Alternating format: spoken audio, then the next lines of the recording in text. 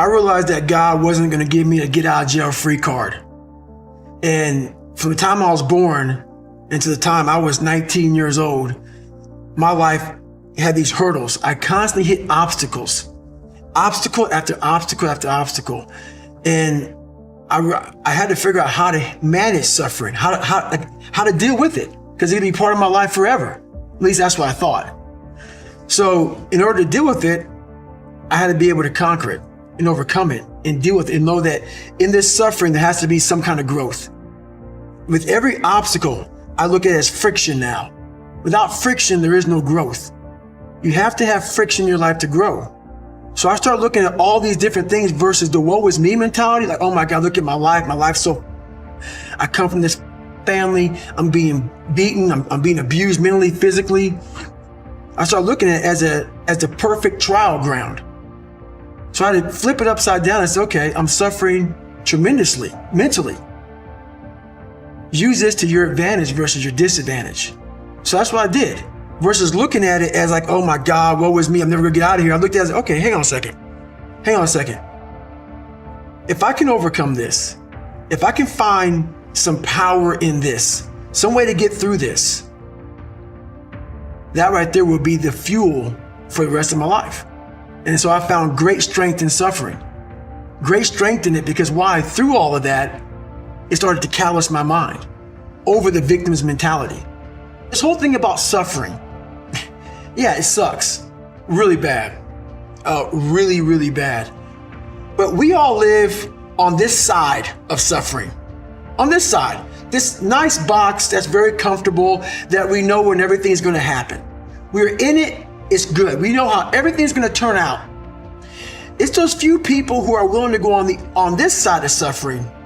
And once they get through that, ask him how he feels now. His mind, how far he grew.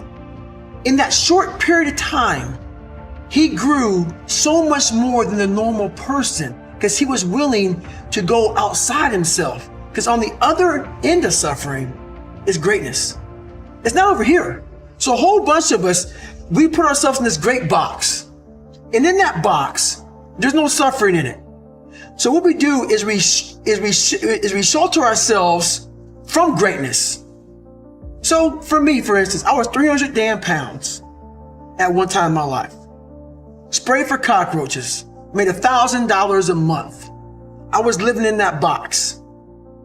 I would sometimes look over the box and I saw hell, suffering, storms, avalanches, tornadoes. I don't want to go over there, but I knew if I can get through that mentally, on the other side was a 185-pound person who's a Navy SEAL, went through Ranger School. Only person to do this, only person to do that, only person to do this.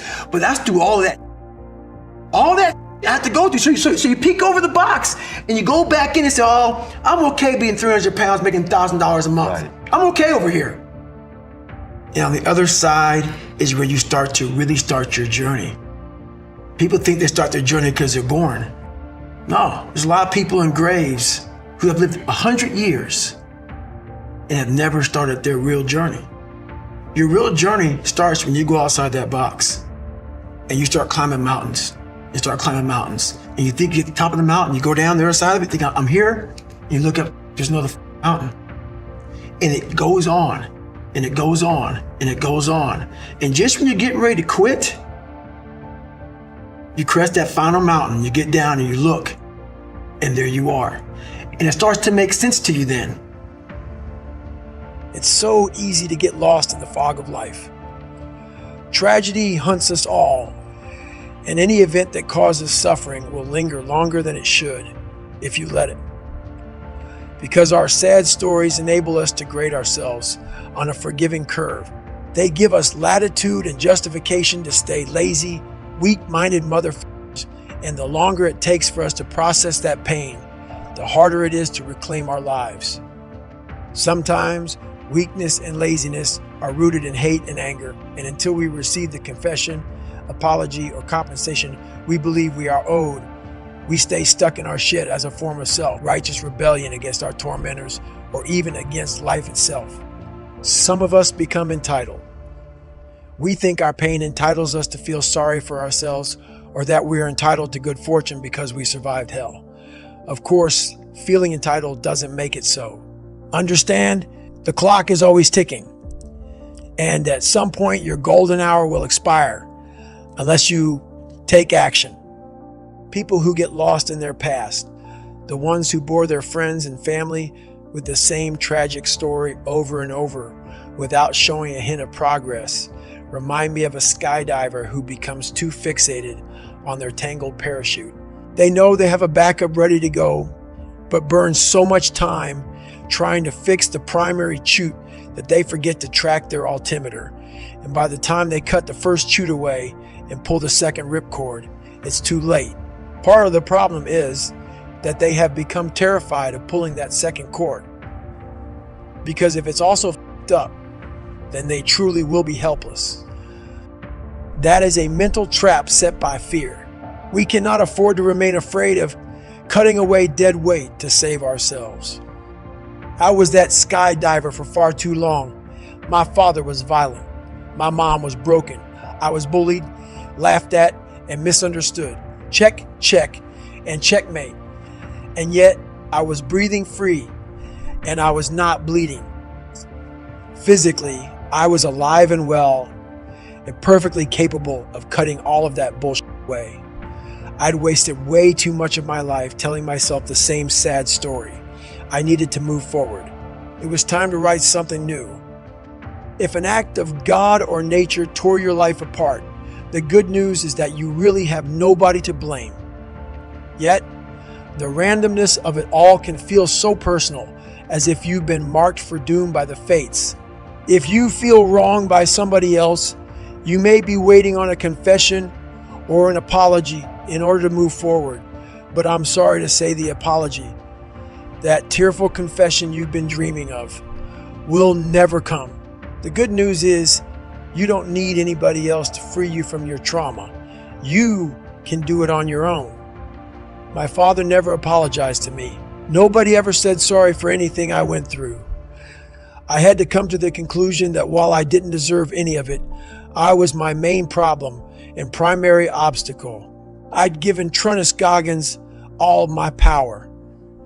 I had to take it back. I had to diffuse my demon. I had to shrink him down to the lowly, pathetic figure he was by, humanizing him.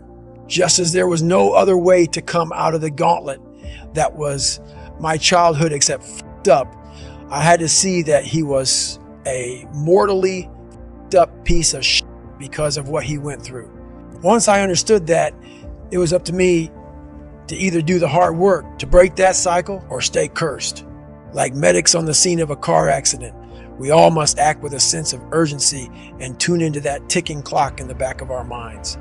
Because there is a drop dead time on everything we do in life. All our dreams and visions come with expiration dates etched in invisible ink. Windows of opportunity can and do close. So it is imperative that we do not waste time on bullshit. None of us have any clue what's coming for us or when our time might run out, which is why I do my best to ignore anything that is counterproductive.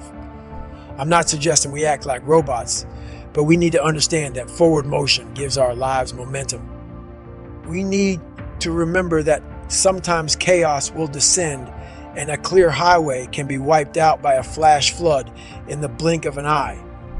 When that happens, a lot of motherfuckers look for a cozy place to hunker down and hide out until the storm passes. I'm only human, they say. When holy hell rains down upon them and they feel drained and powerless, they cannot conceive of a way to keep going. I understand that impulse, but if I had succumbed to the "I'm only human" mentality, I never would have dug myself out of the deep hole I was in at 24 years old.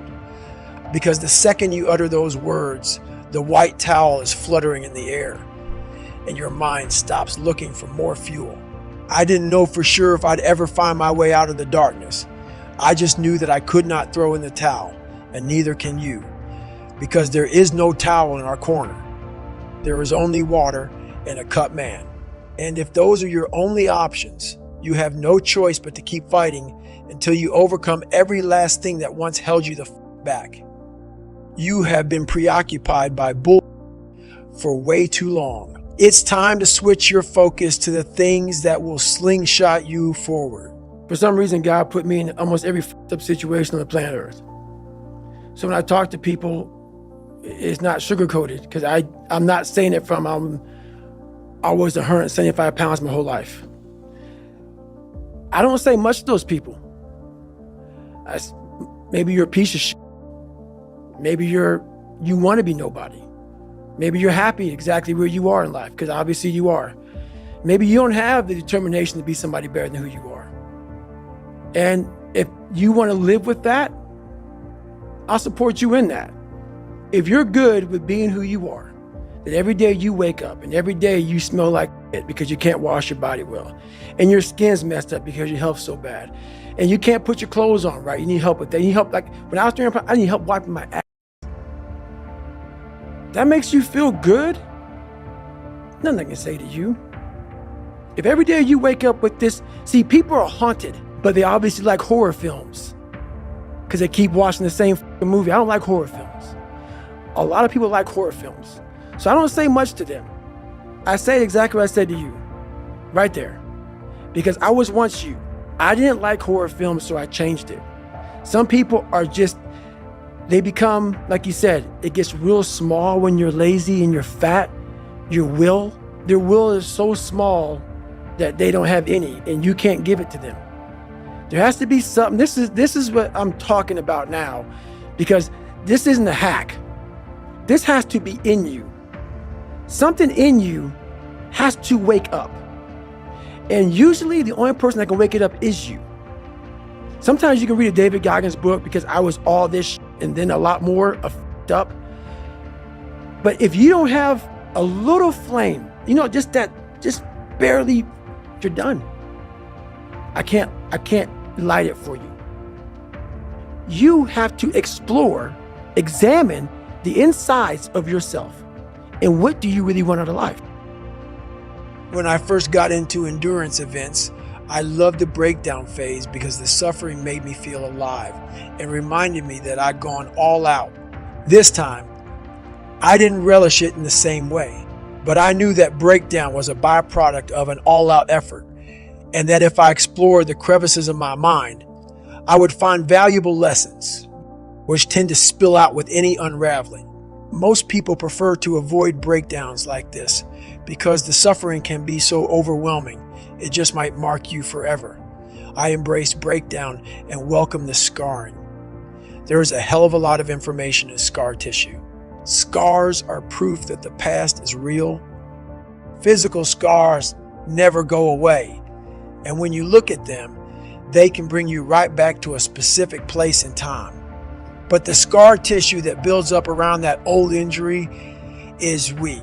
Professional fighters who've been hit in the face thousands of times bleed faster than those who have never been punched. Once you've been cut deep, you are forever vulnerable to bleeding. The same is true for the mental and emotional scars that we all carry with us. Scars we cannot see.